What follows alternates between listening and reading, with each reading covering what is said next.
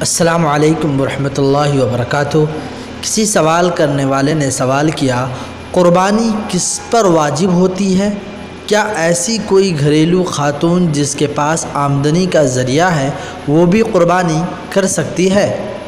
جواب: الحمدللہ رب العالمین۔ علماء کرام کا قربانی کے حکم میں اختلاف ہے کہ کیا یہ واجب ہے اور قربانی نہ کرنے والا شخص گنہگار ہوگا یا سنت مؤکدہ ہے، لہذا قربانی نہ کرنا مکروہ عمل ہے۔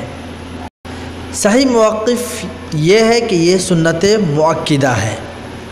قربانی کے مسنون یا واجب ہونے کے لیے شرط یہ ہے کہ قربانی کرنے والا شخص صاحب حیثیت ہو۔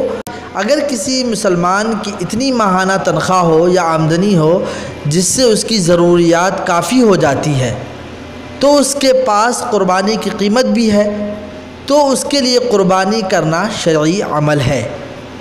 صاحب حیثیت ہونے کی دلیل نبی کریم صلی اللہ علیہ وسلم کے اس فرمان میں ہے، جس کے پاس استطاعت بھی ہو اور پھر بھی قربانی نہ کرے تو وہ ہماری عیدگاہ میں نہ آئے۔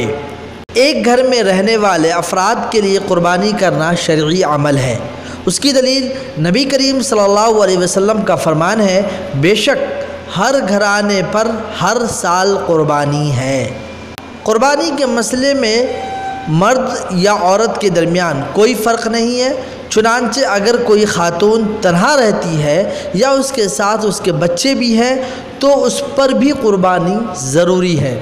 قربانی کے واجب یا مسنون ہونے کے لیے مرد ہونا شرط نہیں ہے، لہذا جس طرح قربانی مردوں پر واجب ہے اسی طرح خواتین پر بھی واجب ہے، کیونکہ قربانی واجب یا مسنون ہونے کے تمام دلائل میں مردوں خواتین یکساں شامل ہوتے ہیں۔